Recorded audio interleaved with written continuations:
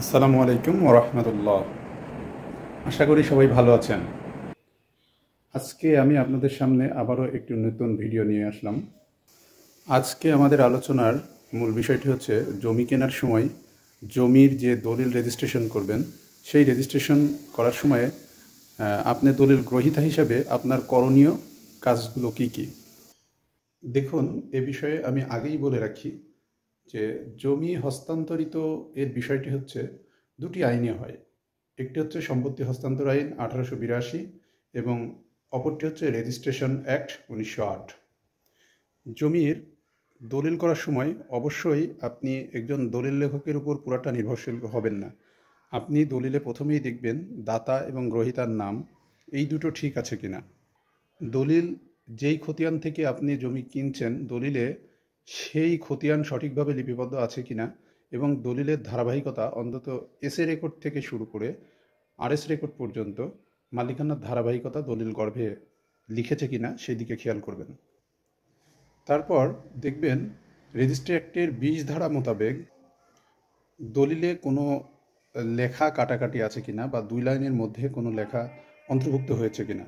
যদি হয়ে থাকে তাহলে অবশ্যই আপনি রেজিস্ট্রি অ্যাক্টের 20-1 এবং 20-2 ধারা মোতাবেক রেজিস্টার বই এবং দলিলে কৈফিয়ত নামে একটি কলাম আছে, সেই কলামে সঠিকভাবে লিপিবদ্ধ হয়েছে কিনা সেটা আপনাকে অবশ্যই খেয়াল করতে হবে। এগুলো খেয়াল করার পরবর্তীতে আপনি দলিল দাতার সই করাবেন এবং দলিল দাতা যখন সই করে, যেই তারিখে সই করে সেটি হচ্ছে দলিল সম্পাদনের তারিখ। দলিল রেজিস্ট্রি করার তারিখটি কখনোই দলিলের তারিখ নয়, ওটা হচ্ছে রেজিস্ট্রেশনের তারিখ এবং দলিল সম্পাদনের তারিখ সম্পূর্ণ আলাদা। আরেকটি কথা, সেটি হচ্ছে দলিল যেদিন সম্পাদন হয় দলিলের কার্যকারিতা সেই দিন থেকেই শুরু হয়।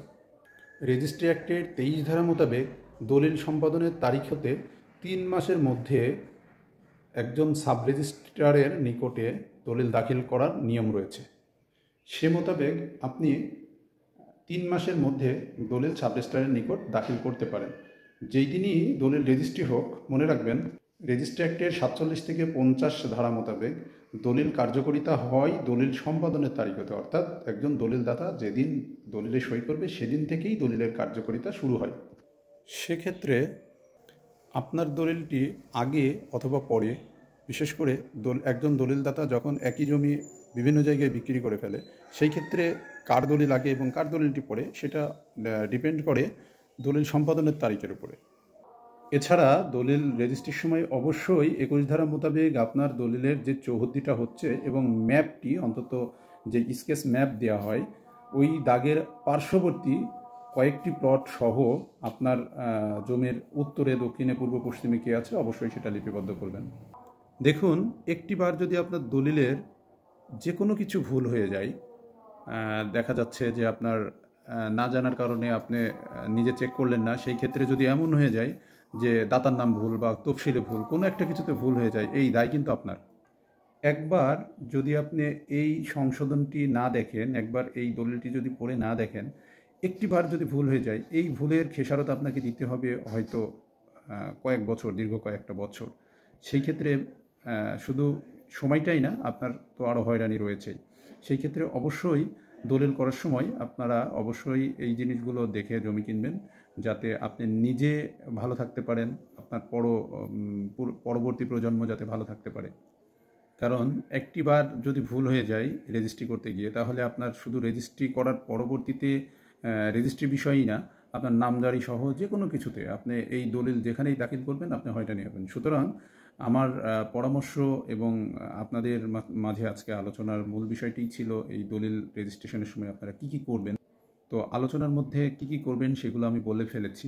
তো এগুলো খেয়াল করে অবশ্যই দলিল করবেন, যাতে আপনি পরবর্তীতে কোনো হয়রানি না হন। এই বিষয়ে আমার বক্তব্য, আমার আলোচনাগুলো আপনাদের মাঝখানে উপস্থাপন করে আজকের মতো আমার আলোচনার সমাপ্তি ঘোষণা করছি। সবাই ভালো থাকবেন, আমার জন্য দোয়া করবেন।